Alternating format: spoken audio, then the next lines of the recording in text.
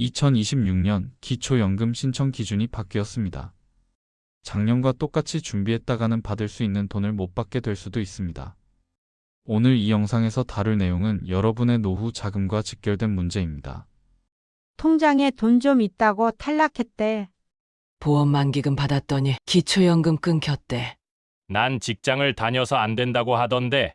올해부터 기초연금 기준이 올라서 작년에 안 됐던 사람도 된다던데? 이런 말들은 그냥 소문이 아니라 주위에서 실제로 일어나고 있는 일입니다. 기초연금은 만 65세 이상 소득 하위 70%에게 드리는 공적연금으로 안정된 노후 생활을 돕기 위해 국가가 매월 지급하는 사회수당입니다. 하지만 매년 기준이 올랐다고 해서 모두 받을 수 있다는 건 아닙니다. 그렇다고 받을 수 있는 분이 못 받는 상황이 된다면 그것만큼 억울한 경우가 어디 있을까요? 하지만 지금도 수많은 어르신들이 몇 가지 실수 때문에 기초연금을 못 받고 계십니다. 이런 일들이 왜 일어날까요? 기초연금 제도가 복잡해서입니다. 단순히 나이만 되면 받는 게 아니라 소득도 보기 때문입니다. 이게 바로 큰 함정입니다. 하지만 또 다른 곳에서 대부분의 분들이 다시 작은 함정에 빠지십니다. 하지만 결과는 생각보다 큰 손해로 돌아옵니다. 어떤 실수 때문에 탈락하는지, 어떻게 준비해야 빠짐없이 받을 수 있는지 2026년 최신 기준으로 정확하게 알려드립니다. 이 영상을 끝까지 보시면 탈락 없이 내 기초연금을 확실히 지키는 법을 알려드리겠습니다. 그리고 기초연금만으로는 부족한 분들을 위해 함께 받을 수 있는 다른 지원 제도도 소개해드립니다. 구독과 좋아요를 눌러주시면 노후에 도움이 되는 최신 정보를 같이 하실 수 있습니다. 지금부터 시니어 지혜창고 시작합니다. 2026년 기초연금은 한 달에 최대 얼마를 받을 수 있을까요? 단독가구 기준 월 34만 9,700원 정도입니다. 1년이면 420만 원 정도 금액입니다. 10년 받으면 4천만 원이 넘습니다. 이 돈을 받으려면 두 가지 중요한 조건을 만족해야 합니다. 첫 번째, 나이가 만 65세 이상이어야 합니다. 1961년생이신 분들이 해당됩니다. 여기서 놓치면 안 되는 게 있습니다. 만 65세 김성득 씨 생일이 3월 15일입니다. 기초연금은 언제부터 신청할 수 있을까요? 3월 15일부터일까요? 아닙니다. 생일 전달 1일인 2월 1일부터 신청할 수 있습니다. 이건 보건복지부 기초연금 운영 지침에 나와 있는 내용입니다. 그런데 많은 분들이 생일 지나고 나서 신청하십니다. 3월 20일에 신청하면 어떻게 될까요? 3월분은 못 받고 4월부터 지급됩니다. 지난달분은 절대 돌려받을 수 없습니다. 안타깝게도 소급을 해주지 않는다는 의미입니다. 이것 하나만 놓쳐도 한 달치 34만 원이 날아갑니다. 두 번째 중요한 요건은 소득 인정액입니다. 이 기준은 내가 기초연금을 받을 수 있을지 없을지를 가르는 가장 핵심 기준입니다. 2026년 기준으로 혼자 사시는 분은 월 247만 원 이하여야 하고 부부가 함께 사시는 분은 월 395만 원 이하여야 합니다. 그러면 기초연금의 핵심 조건은 만 65세 넘으면 되고 소득 인정액이 기준 이하면 됩니다. 그런데 여기서부터 복잡해집니다. 나는 일 안 하니까 소득 없어? 그럼 당연히 247만 원보다 적겠지. 이렇게 생각하시는 분들 많으십니다. 하지만 완전히 잘못 알고 계신 겁니다. 기초연금에서 말하는 소득은 월급만 의미하지 않습니다. 통장에 있는 돈, 만기된 보험, 전세금, 자가, 주택, 차 등 내가 가진 모든 재산을 소득으로 봅니다. 그리고 여러분이 가진 모든 재산을 소득으로 바꿔서 계산합니다. 쉽게 예를 들어보겠습니다. 통장에 5천만 원이 있다고 해볼까요? 여러분은 이렇게 생각하실 겁니다. 이 돈 그냥 통장에 넣어둔 건데 뭐가 소득이야? 하지만 정부는 통장에 5천만 원 있으면 한 달에 18만 5천 원을 버는 것으로 계산합니다. 실제로 일 안 하고 한 푼도 안 벌었는데 말이죠. 여기에 국민연금도 40만 원 정도 받고 계시다면 그것도 추가됩니다. 그래서 18만 5천 원과 국민연금 40만 원을 합한 약 60만 원 정도가 소득이 됩니다. 이 상태에서 적금 만기로 3천만 원이 들어온다면 통장 잔고가 5천만 원에서 8천만 원으로 늘어납니다. 거기에 전세 보증금까지 더하면 소득으로 계산되는 금액이 확확 올라갑니다. 단독가구 기준 247만 원을 쉽게 넘어버릴 수 있습니다. 이제 이해되시나요? 통장 잔고, 국민연금, 자가주택, 차, 만기보험, 적금, 전세 보증금까지 전부 소득으로 계산됩니다. 그래서 나는 일 안 해라고 말씀하시면서 안일하게 생각하시면 안 됩니다. 반대로 일을 하시는 분들에게는 좋은 소식이 있습니다. 근로소득은 많이 깎아줍니다. 그래서 일하시는 분들도 충분히 기초연금 받을 수 있습니다. 나는 일하니까 못 받겠지 생각하지 마세요. 일하면서도 받을 수 있습니다. 정리하겠습니다. 기초연금을 받으려면 만 65세 이상이어야 하고 소득 인정액이 기준 이하여야 합니다. 소득 인정액은 월급만 보는 게 아닙니다. 내가 가지고 있는 모든 재산을 소득으로 환산합니다. 정확히 알아봐야 합니다. 지금부터는 실제로 어떤 실수 때문에 기초연금을 못 받게 되는지 안타까운 사례 3가지를 보여드리겠습니다. 이 사례들을 들으시고 나는 이런 경우에 해당되지 않는지 곰곰이 생각해 보십시오. 65세 정미경 씨 이야기입니다. 정미경 씨는 만 65세로 생일이 5월 10일입니다. 4월 1일부터 기초연금 신청이 가능합니다.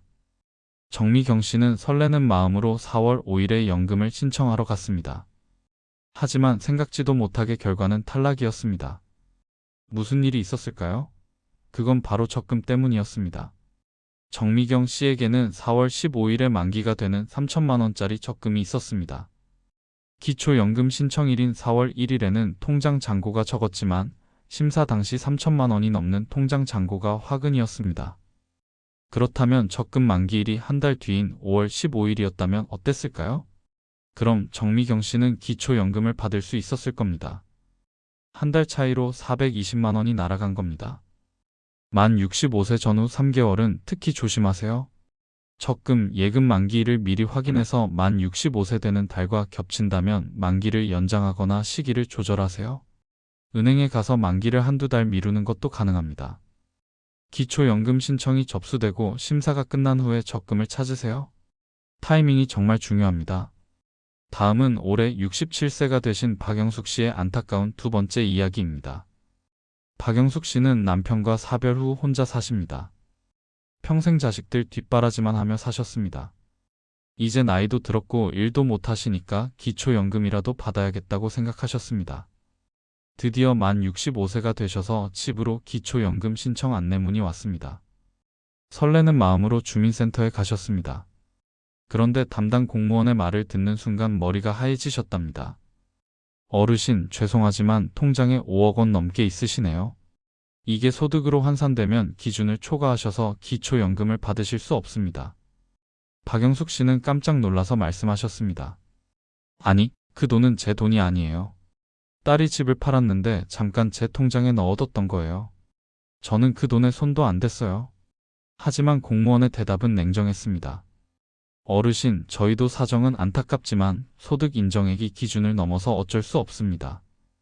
누구의 돈이 되었든 개인 사정이시고 저희는 통장 잔고를 기준으로 계산합니다. 박영숙 씨는 말문이 막히셨습니다. 딸 돈을 잠깐 맡아뒀을 뿐인데 연금에 탈락되다니 무척 억울하셨을 겁니다. 하지만 제 돈은 냉정하고 통장에 찍힌 숫자는 서류가 되었습니다. 도대체 어떻게 계산되길래 이렇게 되는 걸까요?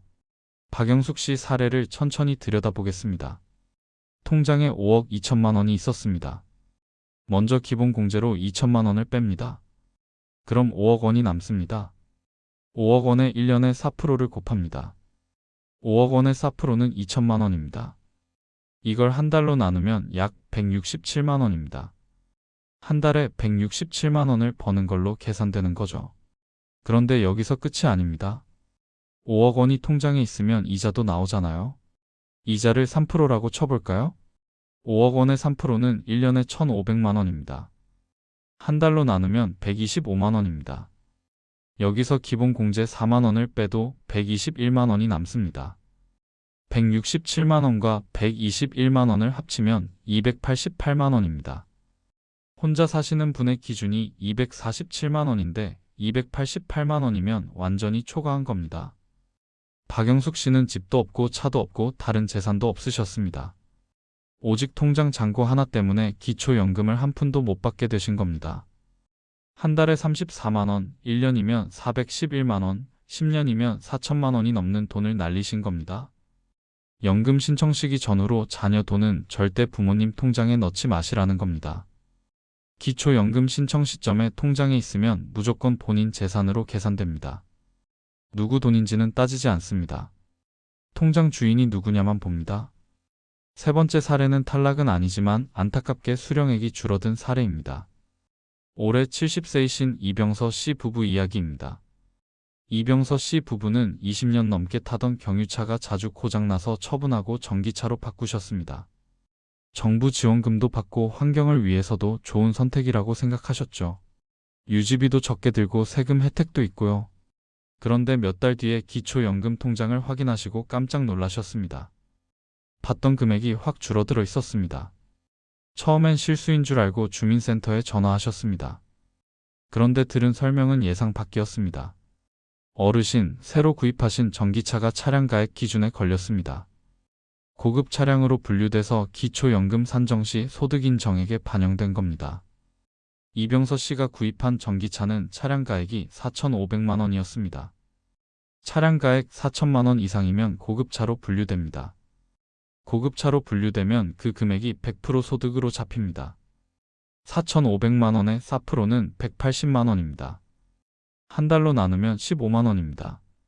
이병서 씨 부부는 원래 월 소득 인정액이 330만 원 정도였습니다. 부부 가구 기준인 395만 8천 원보다 낮아서 여유가 있었습니다. 그런데 전기차 환산 소득 15만 원이 더해지자 소득 인정액이 345만 원이 됐습니다. 아직 기준은 안 넘었지만 여유가 거의 없어졌습니다. 게다가 차량가액이 높을수록 받는 기초연금액이 줄어드는 구조입니다. 결과적으로 기초연금이 부부 합산 약 20만 원 넘게 감액됐습니다. 연간으로 따지면 약 240만 원의 노후 자금을 덜 받게 된 것입니다. 좋은 차 타려고 바꿨다가 오히려 손해를 본 겁니다. 차를 바꾸려고 하신다면 차량 가액을 꼭 확인하세요. 4천만 원 넘으면 고급차입니다. 3,900만 원짜리와 4,100만 원짜리는 200만 원 차이지만 기초연금에서는 엄청난 차이가 납니다. 차량 가액은 자동차 등록증에 나와 있으니 꼭 확인하세요. 신차를 사신다면 반드시 4천만 원 미만으로 맞추세요. 그리고 한 가지 더 조심하셔야 할 게 있습니다. 자녀명의 차를 부모님이 타는 경우입니다. 차는 아들 이름인데 실제로는 부모님이 타고 다니세요. 보험도 부모님이 주운전자로 되어 있고요. 이런 경우 실제 소유자가 누구냐를 따집니다. 명의만 자녀이고 실제로는 부모님이 타면 부모님 재산으로 잡힐 수 있습니다. 국민건강보험공단에서 이런 부분까지 조사합니다. 차량 보험 가입자, 실제 운전자, 주차 장소 등을 확인합니다. 아들 차인데 가끔 빌려 타는 거예요 라고 말씀하셔도 소용없습니다. 실제로 누가 주로 사용하는지를 봅니다. 이렇게 세 가지 안타까운 사례를 들려드렸는데요. 이게 끝이 아닙니다. 체크하셔야 할 10가지 항목 중에서 한 가지만 걸리게 되더라도 기초연금은 한 푼도 못 받는 경우입니다. 이 중에서 여러분이 하고 계신 실수가 분명히 있을 수 있으니 소중한 내 연금을 지키기 위해서라도 꼭 끝까지 들으셔야 합니다.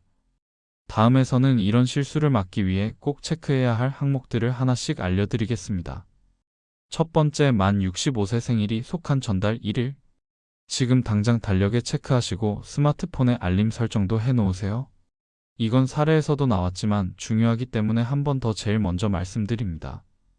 예를 들어 만 65세 생일이 3월 15일이라면 2월 1일부터 신청할 수 있습니다. 그런데 많은 분들이 생일 지나고 나서 신청하세요. 3월 20일에 신청하면 3월분은 못 받습니다. 소급 지급은 절대 안 되니 한 달만 늦어도 34만 원 날아갑니다. 두 번째는 금융재산들의 만기일을 체크하는 것입니다. 기초연금 신청하는 달에 적금 만기가 돌아오면 안 됩니다. 3천만 원이 통장에 들어오는 순간 소득인 정액이 확 올라갑니다. 기준을 넘어서 탈락할 수 있습니다. 만 65세 전후 3개월은 특히 조심하세요. 지금 당장 은행 앱을 열어 예금, 적금 만기일을 전부 확인하세요. 만 65세 되는 달과 겹치나요? 그럼 만기를 연장하세요. 은행에 전화해서 만기를 한두 달 미루는 것도 가능합니다. 보험도 마찬가지입니다. 저축성 보험 만기가 곧 돌아온다면 조심하세요. 보험사에 전화해서 연금형으로 전환할 수 있는지 물어보세요. 일시불로 받지 말고 매달 조금씩 받는 방식으로 바꾸면 통장에 큰 돈이 한 번에 안 들어옵니다. 세 번째 체크는 오래된 통장을 정리하는 것입니다. 10년 전에 만든 농협 통장에 500만 원 남아있지 않나요? 20년 전 직장 다닐 때 만든 새마을 금고 통장에 200만 원 있지 않나요? 이런 통장들이 다 합산됩니다. 주거래 은행만 정리하고 옛날 통장은 까먹는 경우 많으세요? 지금 당장 포털 사이트에서 금융감독원 내 통장 찾기를 검색하세요. 본인 인증하면 4명의 모든 계좌가 나옵니다. 휴면 계좌까지 다 나오니까요. 깜빡하고 있던 통장 나오면 바로 정리하세요. 100만 원, 200만 원도 합산되면 무시할 수 없습니다. 통장이 여러 개 있으면 하나로 합치고 안 쓰는 계좌는 해지하세요. 네 번째 체크는 증권 계좌 확인입니다. 삼성증권, 미래에셋증권, 키움증권, NH투자증권 등 가입했던 증권사가 있으면 전부 확인하세요. 주식이 몇천 원짜리로 떨어져서 가치가 거의 없어진 것도 평가액으로 잡힙니다. 증권사 앱에 로그인해서 계좌 잔고를 확인하세요. 주식 평가액, 펀드 평가액 다 금융재산입니다. 오래전에 가입해서 까먹은 증권 계좌 없는지 꼭 확인하세요. 10년 전에 주식 산 거 그대로 있지 않나요? 펀드 CMA 계좌에 자잘하게 돈 남아있지 않나요? 이것도 역시 금융재산으로 잡힙니다. 손실이 나서 아까워도 기초연금 420만 원과 비교하면 정리하는 게 나을 수 있습니다. 다섯 번째는 부부 재산이 분산되었는지 체크입니다. 부부 재산을 한쪽 명의로만 몰아두지 않으셨나요? 남편 명의로 5억, 아내 명의로 0원. 이렇게 해두면 아내는 재산 없으니까 괜찮겠지 생각하시죠? 아닙니다. 틀렸습니다. 기초연금은 부부 재산을 합산해서 봅니다. 오히려 이렇게 한쪽으로 몰아두면 증여 의심을 받을 수 있습니다. 특히 만 65세 직전에 갑자기 배우자 명의로 옮기면 더 위험합니다. 국민건강보험공단에서 재산 변동 내역을 최근 5년간 재산 이동 내역을 확인합니다. 원래 이렇게 돼 있었어요 라고 말씀하셔도 증빙이 필요합니다. 부부가 각자 통장을 나눠서 관리하는 게 자연스럽습니다. 한 사람이라도 받겠다고 억지로 재산을 옮기거나 하지 마세요. 부부는 한 몸입니다. 우리가 5가지 체크해야 할 사항을 봤는데요. 나 아직까지는 괜찮은데? 하시고 나가시지 말고 뒤에 5가지도 끝까지 보세요. 특히 마지막으로 갈 수도록 놓치시면 절대 안 됩니다. 여섯 번째는 주택담보대출을 체크해 봐야 합니다. 만 65세 됐으니 이제 빚 없이 살아야지 하고 대출을 다 갚으셨나요? 그게 독이 될 수 있습니다. 기초연금 계산할 때는 빚은 빼주는데 집값 3억에 대출 1억이면 실제 재산은 2억으로 계산됩니다. 그런데 대출을 다 갚아버리면 재산이 3억으로 늘어납니다. 바로 소득인 정액이 올라갑니다. 만 65세 전후에는 급하게 대출 상환하지 마세요. 기초연금 받기 시작하고 나서 천천히 갚으셔도 됩니다. 이자 부담이 크지 않다면 조금 더 두고 보세요. 월 10만 원 정도의 이자라면 대출을 유지하는 게 유리할 수 있습니다. 기초연금 34만 원을 받는 것과 비교해 보세요. 일곱 번째 차량가액 확인입니다. 차량가액이 4천만 원 미만인가요? 차를 바꾸려고 계획 중이신가요? 차량가액 4천만 원 이상이면 고급차입니다. 고급차로 분류되면 100% 소득으로 잡힙니다. 3,900만 원짜리와 4,100만 원짜리는 200만 원 차이지만 기초연금에서는 엄청난 차이입니다. 신차를 사신다면 반드시 4천만 원 미만으로 맞추시고 중고차라면 차량가액을 확인하세요. 매매 가격이 아니라 차량가액입니다. 차량가액은 자동차 등록증에 표시되어 있고 중고차는 연식이 오래될수록 차량가액이 낮아집니다. 그리고 한 가지 더 조심하셔야 할 게 있습니다. 자녀명의 차를 부모님이 타지 마세요. 실제 사용자가 누구인지 조사합니다. 차량 보험 가입자, 주운전자, 주차 장소 등을 확인합니다. 명의만 자녀고 실제로 부모님이 타면 부모님 재산으로 잡힙니다.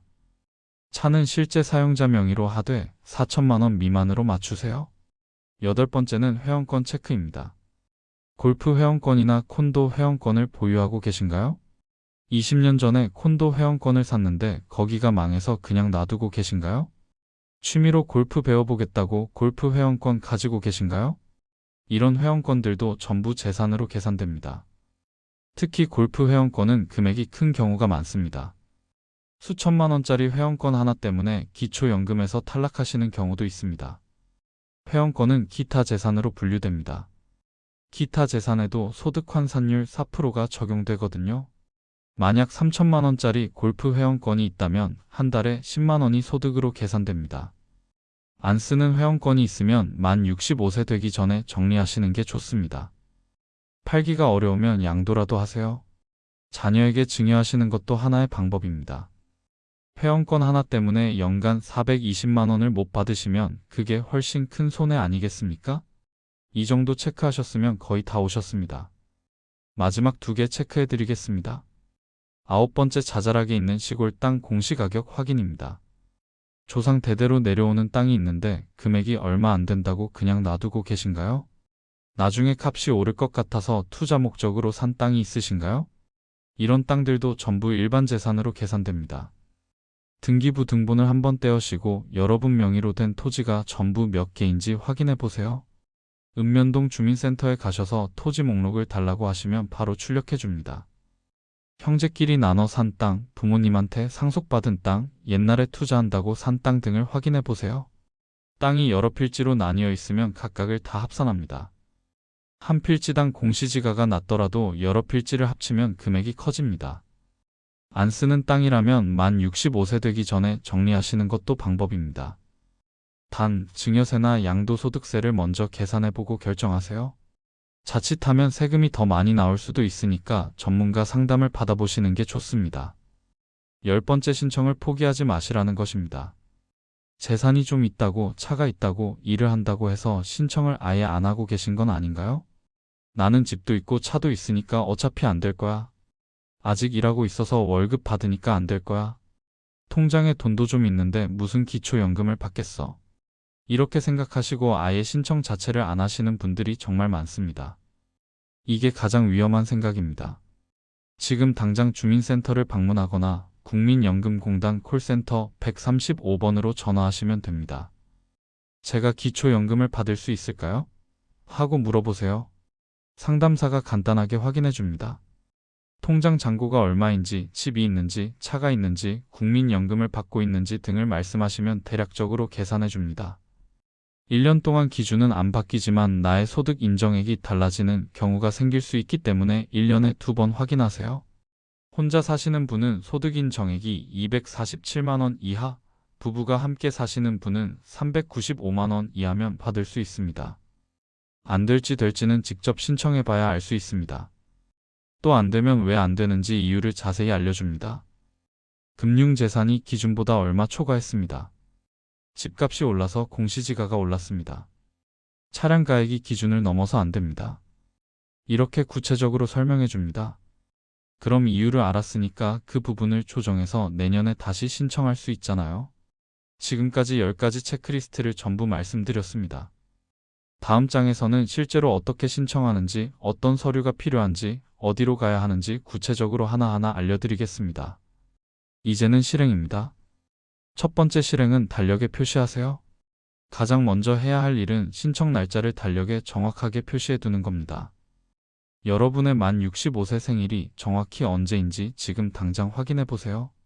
생일이 속한 달의 전달 1일부터 신청할 수 있다는 걸 꼭 기억하셔야 합니다. 예를 들어서 생일이 5월 20일이라고 한다면 4월 1일부터 기초연금 신청이 가능하다는 뜻입니다. 생일 전달 1일에 큰 동그라미를 그려두시고 가능하면 빨간색 펜으로 크게 표시해 두세요. 기초연금 신청하는 날이라고 글씨까지 적어두시면 더 좋습니다.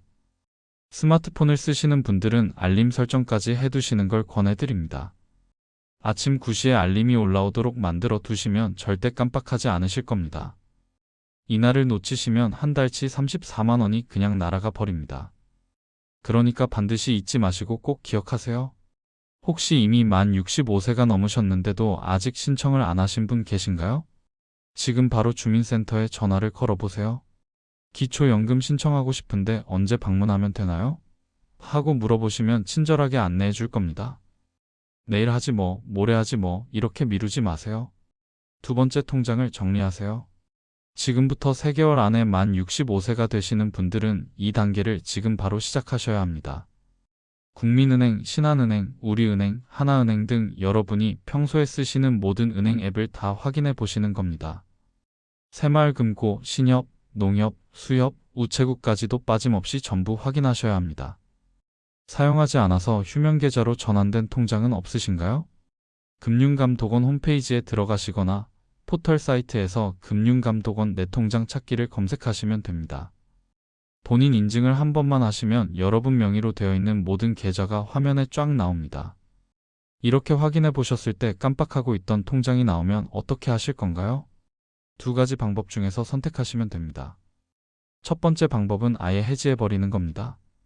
어차피 안 쓰는 통장이라면 그냥 깔끔하게 해지하시고 잔액은 주거래 통장으로 옮겨 담으시면 됩니다.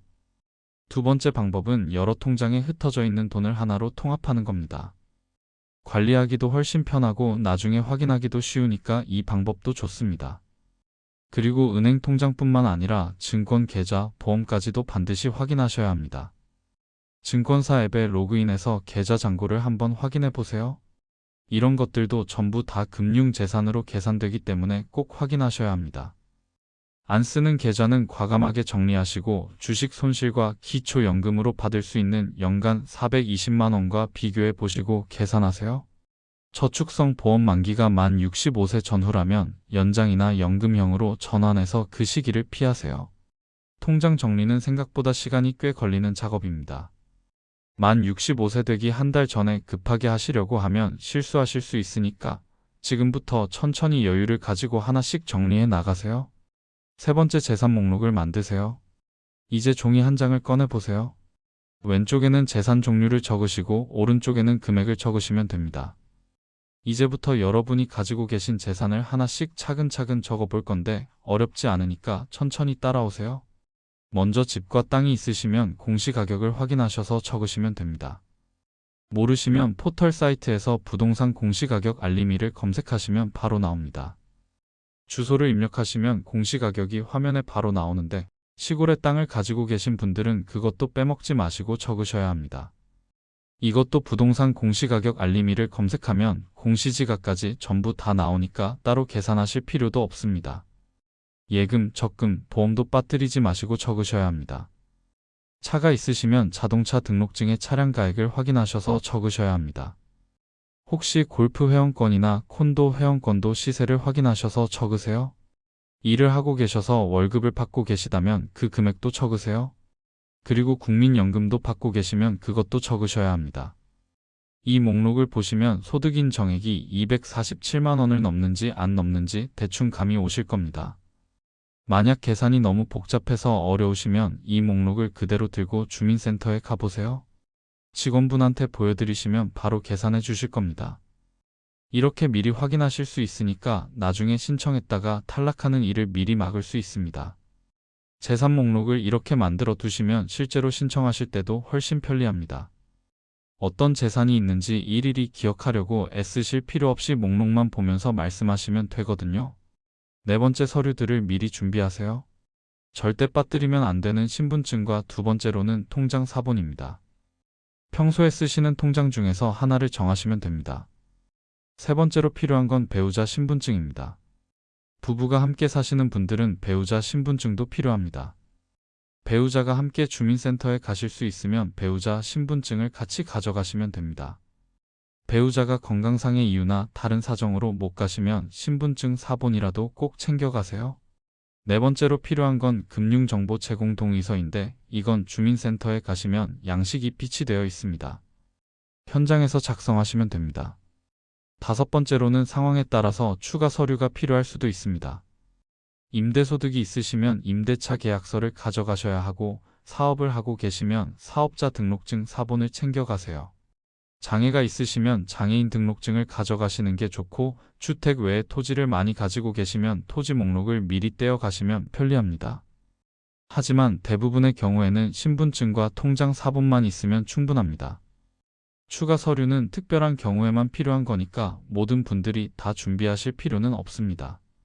만약 궁금하시면 미리 주민센터에 전화를 한번 걸어보세요. 기초연금 신청하려고 하는데 어떤 서류를 가져가면 되나요? 하고 물어보시면 담당 직원이 친절하게 알려줄 겁니다. 준비하신 서류들은 파일이나 봉투에 넣어서 잘 챙겨두세요. 신청하러 가시는 날 파일째로 들고 가시면 하나도 빠뜨리지 않고 가져가실 수 있습니다. 5번째 실행은 신청 방법을 선택하는 겁니다. 신청하는 방법이 몇 가지 있으니까 본인한테 가장 편한 방법을 선택하시면 됩니다. 첫 번째 방법은 주민센터를 직접 방문하시는 겁니다. 집에서 가까운 읍면동 주민센터에 가시면 되는데 문을 열고 들어가시면 보통 입구 쪽에 안내 데스크가 있습니다. 거기 계신 분한테 기초연금 신청하러 왔는데 어디로 가면 되나요? 하고 물어보세요. 복지 담당 부서에 가셔서 직원분한테 기초연금 신청하러 왔습니다 하고 말씀하시면 됩니다. 직원이 옆에 앉아서 친절하게 도와주면서 서류 작성하는 것도 전부 다 알려줍니다. 전혀 어려운 거 하나도 없으니까 걱정하지 마세요. 주민센터는 평일 오전 9시부터 오후 6시까지 운영하는데 점심시간은 보통 12시부터 1시까지입니다. 점심시간에는 업무를 보지 않으니까 그 시간은 피하시는 게 좋습니다. 두 번째 방법은 국민연금공단 지사를 방문하시는 겁니다. 전국 어디 지사든 상관없으니까 집에서 가까운 곳으로 가시면 됩니다. 포털 사이트에서 국민연금공단 지사를 검색하시면 가까운 지사 위치가 바로 나옵니다. 국민연금공단이 기초연금을 전문적으로 다루는 기관이다 보니까 주민센터보다 더 정확하고 꼼꼼하게 상담을 받으실 수 있습니다. 세 번째 방법은 온라인으로 신청하시는 겁니다. 복지로라는 홈페이지에 들어가시면 되는데 포털 사이트에서 복지로를 검색하시면 바로 나옵니다. 공인인증서나 간편인증이 있으시면 집에서 편하게 앉아서도 신청하실 수 있습니다. 하지만 서류가 꽤 복잡하고 어르신들은 온라인으로 하시기가 좀 어려우실 수 있으니 자녀분들께서 도와주시면 좋습니다. 그리고 가능하시면 직접 주민센터나 국민연금공단에 방문하시는 걸 추천드립니다. 직접 가시면 직원이 옆에서 도와주니까 실수할 일이 전혀 없거든요. 그리고 전화로 상담 받으시는 방법도 있습니다. 국민연금공단 콜센터 번호가 135번입니다. 이 번호로 전화하시면 상담사가 정말 자세하게 알려줍니다. 기초연금 신청하고 싶은데 어떻게 하면 되나요? 또는 제가 기초연금을 받을 수 있을까요? 이렇게 물어보시면 친절하게 상담해 줍니다. 상담 시간은 평일 오전 9시부터 오후 6시까지인데 점심시간에도 상담이 가능하니까 편하실 때 전화하시면 됩니다. 전화로 미리 상담을 받아보시고 나서 방문하시면 더 확실하게 준비하실 수 있습니다. 신청을 하고 나면 어떻게 되는지 궁금하시죠? 신청서를 접수하고 나면 국민건강보험공단에서 심사를 시작합니다. 심사 기간은 보통 30일 정도 걸리는데 경우에 따라서는 40일까지 걸릴 수도 있습니다. 심사가 전부 끝나면 결과를 문자나 우편으로 통지해 줍니다. 승인이 되면 언제부터 얼마씩 받을 수 있는지 구체적으로 알려주고 만약 탈락하시면 왜 탈락했는지 이유를 자세히 설명해 줍니다. 탈락 사유를 확인하시고 나서 그 부분을 조정하신 다음에 다시 신청하실 수도 있습니다. 예를 들어서 차량 가액 때문에 안 됐습니다 하고 통지가 오면 차를 좀 더 저렴한 걸로 바꾸신 다음에 다시 신청하시면 됩니다. 금융재산이 조금 초과했습니다 하고 나오면 적금을 해지하시거나 자녀분한테 증여하신 다음에 다시 신청하시면 되는 겁니다. 재신청은 언제든지 하실 수 있으니까 한번 탈락했다고 해서 포기하지 마세요. 상황이 바뀌면 언제든지 다시 신청하실 수 있습니다. 지금까지 5가지 단계를 전부 말씀드렸습니다. 달력에 표시하기, 통장 계좌 정리하기, 재산 목록 작성하기, 서류 준비하기, 신청 방법 선택하기. 이 5가지만 차근차근 하시면 기초연금 신청 준비가 완벽하게 끝납니다. 이 5가지를 전부 하셨으면 기초연금으로 연간 420만 원을 받으실 수 있는 겁니다. 10년만 받으셔도 4,200만 원이고 20년 받으시면 8,400만 원입니다. 여기에 매년 물가 상승률을 반영해서 금액이 조금씩 올라가니까 실제로는 이것보다 훨씬 더 많이 받으실 수 있습니다. 다음은 앞으로 기초연금 제도가 어떻게 바뀌는지에 대해서 알려드리겠습니다. 2027년부터 2030년까지 달라지는 내용들인데 특히 부부가 함께 기초연금을 받고 계신 분들은 정말 꼭 들으셔야 합니다. 희소식이 있거든요. 지금까지는 현재 기준으로 말씀드렸습니다. 이제부터는 앞으로 어떻게 바뀌는지 알려드리겠습니다. 특히 부부가 함께 기초연금을 받고 계신 분들은 정말 잘 들으셔야 합니다. 여러분한테 정말 좋은 소식이 있거든요. 지금 현재는 부부가 둘 다 기초연금을 받으시면 어떻게 될까요? 각각 20%씩 깎입니다. 예를 들어 볼게요. 혼자 사시는 분은 한 달에 34만 원을 받으실 수 있습니다. 그런데 부부가 함께 사시면서 둘 다 받으시면 어떻게 될까요? 34만 원씩 받아야 하는데 20%씩 깎여서 각각 27만 2천 원씩만 받으십니다. 두 분 합쳐서 54만 4천 원입니다. 왜 이렇게 깎는 걸까요? 정부의 설명은 이렇습니다. 부부가 함께 살면 생활비가 덜 든다는 겁니다. 혼자 사시는 분보다 부부가 함께 사시면 집도 하나만 있으면 되고 전기세, 수도세, 난방비도 한 집값만 나가니까 생활비가 적게 든다는 논리입니다. 이게 얼마나 불합리한지 많은 분들이 항의하셨습니다. 평생 함께 살았는데 기초연금 받으려고 위장 이혼이라도 해야 하나 이런 우스갯소리까지 나올 정도였습니다. 그래서 드디어 정부가 결단을 내렸습니다. 그 첫 번째는 부부 감액 제도를 없애기로 한 겁니다. 단 한 번에 확 없애는 건 아니고 단계적으로 없앱니다. 2027년부터는 소득 하위 40%에 해당하는 부부부터 적용됩니다. 지금까지는 20%씩 깎였는데 2027년부터는 10%만 깎입니다. 감액 폭이 절반으로 줄어드는 겁니다. 구체적으로 계산해 볼까요? 2026년 기준으로 한 달에 35만 원씩 받아야 하는데 지금은 20% 감액되어서 각각 28만 원씩 받으십니다. 두 분 합쳐서 56만 원입니다. 그런데 2027년부터는 10%만 감액됩니다. 35만 원에서 10%를 빼면 31만 5천 원입니다. 각자 31만 5천 원씩 받으시니까 두 분 합쳐서 63만 원입니다. 지금보다 한 달에 7만 원이 더 늘어나는 겁니다. 1년이면 84만 원입니다. 10년이면 1000만 원입니다. 2027년부터 조금씩 좋아지고 2030년이 되면 완전히 바뀝니다. 그때까지 건강하게 잘 계셔야 합니다.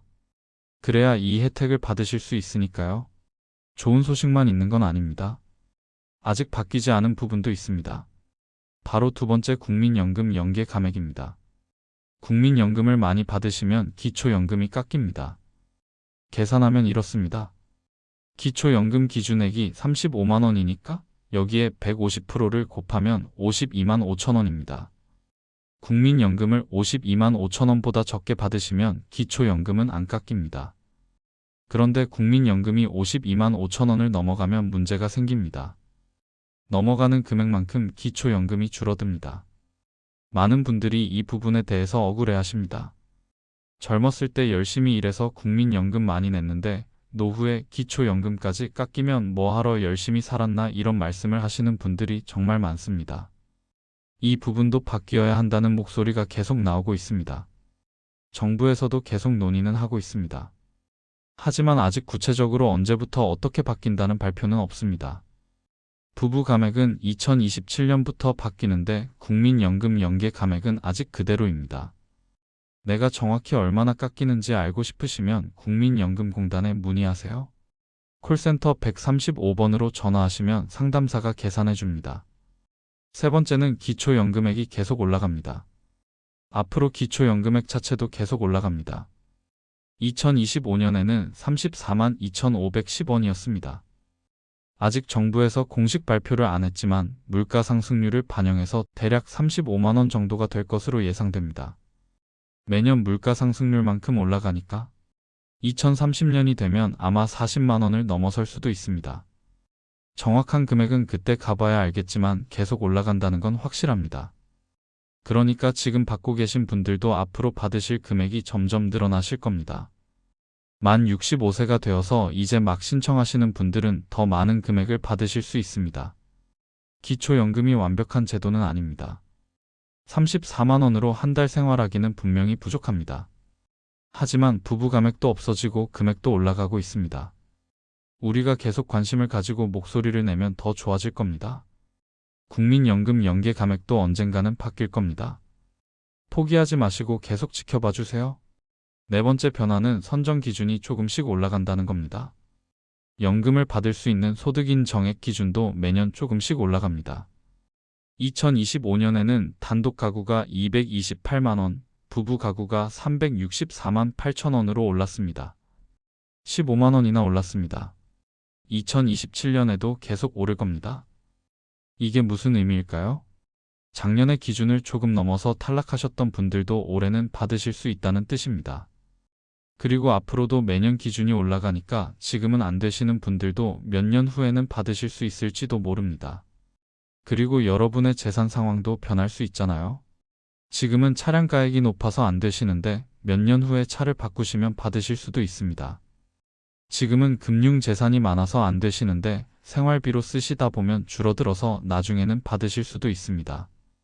2027년부터 부부 감액이 줄어들고 2030년에는 완전히 없어집니다. 기초연금액도 계속 올라갑니다. 선정 기준도 계속 올라갑니다. 국민연금 연계 감액은 아직 그대로지만 언젠가는 바뀔 겁니다. 전체적으로 보면 제도가 점점 좋아지고 있습니다. 다음 장에서는 기초연금만으로는 부족하신 분들을 위한 추가 지원 제도를 알려드리겠습니다. 기초연금과 함께 받을 수 있는 제도들이 있습니다. 중복 수급이 가능한 제도들이니까 꼭 확인해 보세요. 기초연금 34만원만으로는 한 달 생활하기 부족합니다. 월세 내고 밥 먹고 병원비 내고 공과금 내면 남는 게 별로 없습니다. 그래서 오늘은 기초연금 외에 추가로 받을 수 있는 지원 제도를 알려드리겠습니다. 기초연금과 중복해서 받을 수 있는 제도들이니까 꼭 확인해 보세요. 여러분의 노후를 지키는 데 큰 도움이 될 겁니다. 첫 번째 지원은 국민연금 실버론이라는 제도입니다. 살다 보면 갑자기 큰 돈이 필요할 때가 있습니다. 병원에 입원하셔야 하는데 병원비가 급하게 필요하실 때가 있습니다. 전세 계약을 갱신하려고 하는데 보증금을 조금 더 올려야 할 때도 있습니다. 자녀가 결혼을 하는데 조금이라도 도움을 주고 싶으실 때도 있습니다. 손주가 대학에 입학했는데 축하금이라도 주고 싶으실 때도 있습니다. 이럴 때 어디서 돈을 구하시나요? 은행에 가면 이자가 너무 높습니다. 요즘 은행 대출 이자가 연 67%는 기본입니다. 신용 등급이 낮으면 10%가 넘는 경우도 있습니다. 자녀한테 손 벌리기도 미안합니다. 자녀들도 요즘 살기 힘들다는 걸 아시니까 차마 말씀을 못 하시는 분들이 많습니다. 이럴 때 쓸 수 있는 게 국민연금 실버론입니다. 국민연금을 받고 계시면 누구나 신청할 수 있습니다.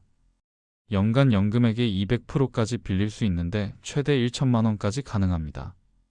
용도는 정해져 있습니다. 전월세 보증금, 의료비, 장례비, 재난복구비 같은 긴급한 용도로만 쓸 수 있습니다. 대출은 최후의 수단입니다. 하지만 알고 계시면 정말 위급할 때 도움이 됩니다.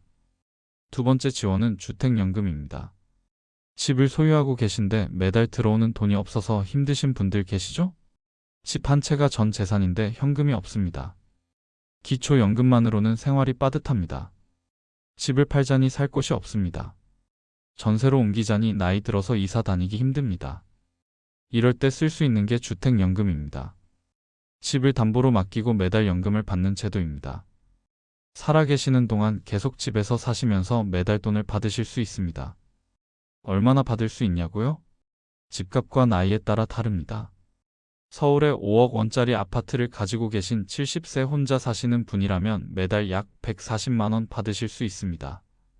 부산에 3억 원짜리 아파트를 가지고 계신 75세 부부라면 매달 약 100만 원 받으실 수 있습니다. 평생 받으실 수 있습니다. 여러분도 집이 있으시면 주택연금을 알아보세요. 한국주택금융공사 홈페이지에 들어가시면 모의 계산을 해볼 수 있습니다. 내 나이, 내 집 가격을 넣으면 얼마를 받을 수 있는지 바로 나옵니다. 상담 전화는 1688번에 8114입니다. 신청 자격은 만 55세 이상입니다. 집 공시가격이 12억 원 이하면 됩니다. 대부분의 일반 주택은 다 해당됩니다. 주택연금은 집이 있는데 현금이 부족하신 분들한테 정말 좋은 제도입니다. 집을 팔지 않고도 매달 연금을 받으실 수 있으니까요. 세 번째 지원은 노인 일자리 사업입니다. 아직 건강하시고 일할 수 있으시면 노인 일자리 사업을 알아보세요. 만 65세 이상이면 신청할 수 있습니다. 일자리 종류가 다양합니다. 학교 앞에서 아이들 안전을 지키는 교통안전지킴이가 있습니다. 혼자 사시는 어르신들한테 전화해서 안부를 확인하는 일도 있습니다. 공원이나 동네 환경을 정리하는 일도 있습니다. 복지관이나 도서관에서 안내하는 일도 있습니다. 실버 카페에서 바리스타로 일하시는 분들도 계십니다. 한 달에 30만 원에서 60만 원 정도의 활동비를 받으실 수 있습니다. 근무 시간은 하루 3시간에서 4시간으로 부담스럽지 않습니다. 주 3일에서 5일 정도 일하시면 됩니다. 그런데 가장 중요한 게 뭔지 아세요? 이 활동비는 기초연금 소득에 안 잡힙니다. 기초연금 34만 원 그대로 받으시고 일자리 활동비 30만 원에서 60만 원을 따로 받으십니다. 합치면 한 달에 64만 원에서 94만 원입니다. 신청은 시청, 구청 또는 노인복지관에서 하시면 됩니다. 주민센터에 전화하셔서 노인 일자리 사업하고 싶은데 어디로 가면 되나요? 하고 물어보세요. 담당 부서를 안내해 줍니다. 모집 시기는 보통 1월과 7월입니다. 지금 전화해서 언제 모집하는지 물어보시고 다음 모집 때 신청하세요. 건강하시고 일할 수 있으시면 꼭 신청해 보세요. 돈도 벌고 건강도 지키고 외로움도 달랠 수 있습니다. 네 번째 지원은 생계급여입니다. 기초연금만으로는 정말 생활이 안 되시는 분들이 계십니다. 집도 없고 저축도 없고 다른 소득도 없으신 분들입니다. 이런 분들을 위한 제도가 생계급여입니다. 기초생활보장제도라고도 합니다. 소득 인정액이 기준 중위소득의 32% 이하면 받으실 수 있습니다. 2025년 기준으로 1인 가구는 71만 3,102원, 2인 가구는 117만 5,867원입니다. 이 금액보다 소득 인정액이 낮으면 생계급여를 받으실 수 있습니다. 생계급여는 기초연금과 중복해서 받을 수 있습니다. 예를 들어 혼자 사시는데 소득이 전혀 없다면 생계급여 71만 원 정도를 받으실 수 있습니다. 여기에 기초연금 34만 원까지 합치면 한 달에 105만 원입니다. 의료급여도 함께 받으실 수 있어서 병원비 부담도 크게 줄어듭니다. 주거급여도 받으실 수 있어서 월세나 전세 보증금 지원도 받으실 수 있습니다. 정말 생활이 어려우신 분들은 주민센터에 가서 상담받아보세요. 생계가 너무 어려운데 도움받을 수 있는 제도가 있나요? 하고 물어보시면 담당 직원이 자세히 안내해 줍니다. 지금까지 기초연금 외에 추가로 받을 수 있는 지원 제도를 말씀드렸습니다. 국민연금 실버론, 주택연금, 노인 일자리 사업, 생계급여. 이 중에서 여러분 상황에 맞는 게 있으면 꼭 알아보세요.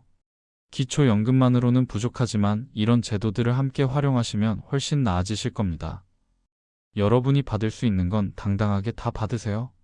다음에는 오늘 말씀드린 모든 내용을 정리하고 지금 당장 해야 할 일들을 알려드리겠습니다.